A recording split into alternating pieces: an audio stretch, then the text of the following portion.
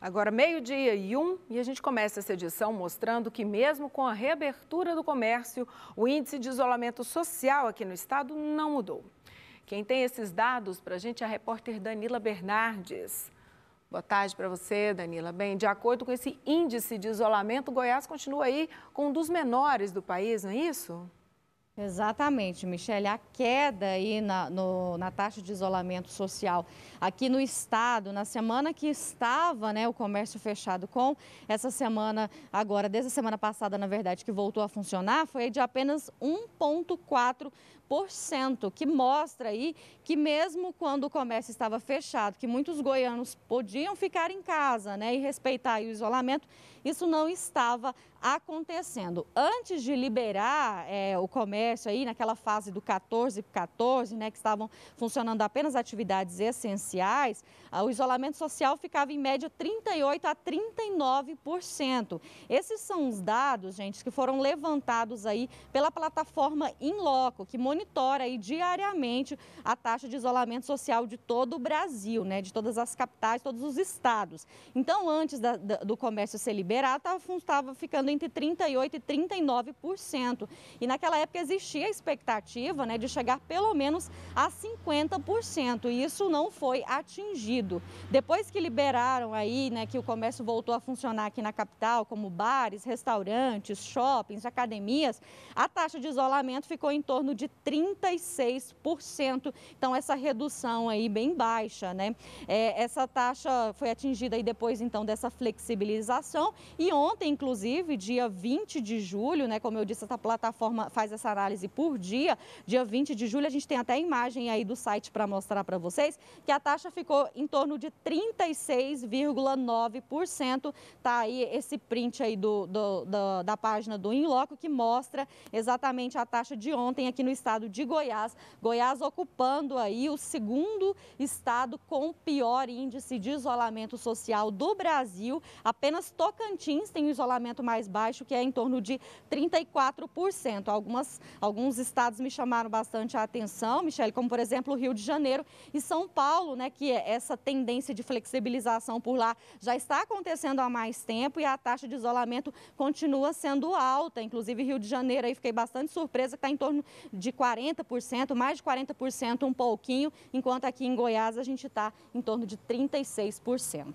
Agora, Danila, já falando nesse baixo isolamento social que a gente acabou de conferir aí nos números, com esse retorno, né, do funcionamento das feiras especiais aí de artesanato, de roupa, a gente então deve ter uma queda maior ainda, né, nesse índice de isolamento aqui em Goiás? Exatamente, porque goianiense gosta de uma feira, né? E as feiras foram autorizadas, essas feiras especiais foram autorizadas a voltar a funcionar hoje. O Mercadão lá da Paranaíba, que se encaixa aí também nessa feira, inclusive já começou bem cedinho, pessoal a montar as bancas por lá e voltaram a funcionar. O que são essas feiras especiais? Como a Michele disse, são aquelas aí que vendem, tem produtos de alimentação, né? Por exemplo, tem os pratos prontos lá para vender, espetinho, tortas, bolos, enfim. Mas tem também roupa, calçado, acessório, artesanato, tem de tudo um pouquinho nessas feiras, até produtos eletrônicos a gente encontra por lá. São feiras bastante comuns aqui na capital, né, bem características aqui de Goiânia, e elas foram autorizadas a funcionar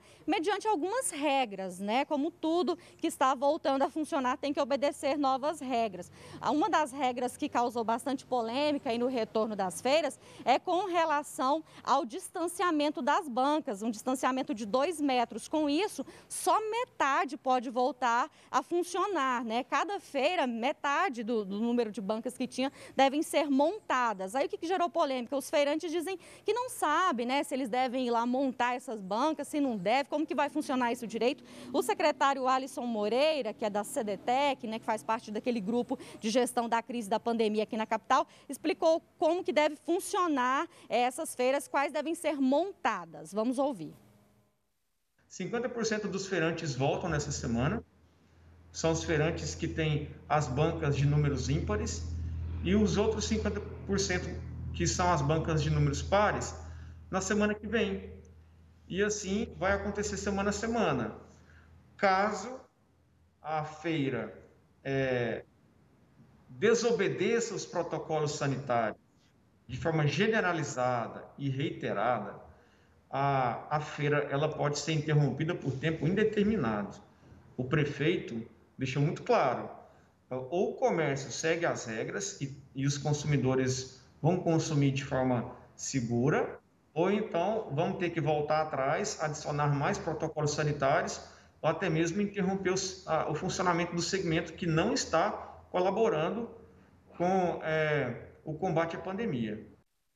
E tem outras regras também que devem ser fiscalizadas nessas feiras especiais, viu? Como, por exemplo, não pode mais experimentar produtos, né? Era comum, às vezes, você ir ali comprar uma blusinha, vestir, experimentar, às vezes até por cima da roupa que você tá. Pois é, não pode mais. Agora, comprar só mesmo olhando o produto de longe. É recomendado, inclusive, que se pague com um cartão, para não ter ali a troca de dinheiro. As bancas de alimentação devem obedecer regras parecidas com as dos restaurantes. Quando a gente andava por feiras aqui em Goiânia antigamente, era comum a gente ver, às vezes a pessoa ia lá, pegava o pratinho, pegava o lanche, ficava em pé ali mesmo comendo, né? Agora não pode mais comer em pé, é preciso sentar e essas mesas devem manter esse distanciamento aí de 2 metros e a pessoa só pode ser ocupada 4 pessoas por mesa. Então tem todas essas regras de 151 feiras aqui em Goiânia, 33 delas são especiais e devem voltar a funcionar a partir de hoje, Michele. Danila, agora é um consenso aí entre os pesquisadores da área de que para a gente melhorar, reduzir essa curva, né, de casos da Covid-19, seria necessário um melhora e aumentar esse isolamento social, que não é o que está acontecendo aqui, né? Como é que estão os casos em Goiânia e em Goiás, Danila? A gente vai atualizar o pessoal de casa, né, como de costume. Goiás, a gente até separou os dados para mostrar. Goiás tem, esse dado foi levantado agora às 11 horas da manhã, 43.017 casos confirmados, mais de 102 mil, quase 103 mil casos com suspeita e aguardando o resultado de exame. Tem também 44.518 casos descartados, que foram testados e não deram positivos. Agora, o dado mais triste de todos os dias, o número de mortes, 1.154 mortes, são 48 mortes em apenas 24 horas. Ontem, na hora que nós trouxemos esse dado, até hoje, já são mais 48 famílias aí sofrendo a perca de um ente querido por causa da Covid-19. Aqui em Goiânia, a gente tem os dados também para mostrar para vocês. 10.872 casos confirmados, 9.789 casos recuperados, né, que é um dado bastante positivo, pessoas aí que sobreviveram a essa doença, e 324 mortes, são 13 mortes a mais do que ontem às 11 horas da manhã, Michele. Tá certo, Danila. Obrigada pelas informações.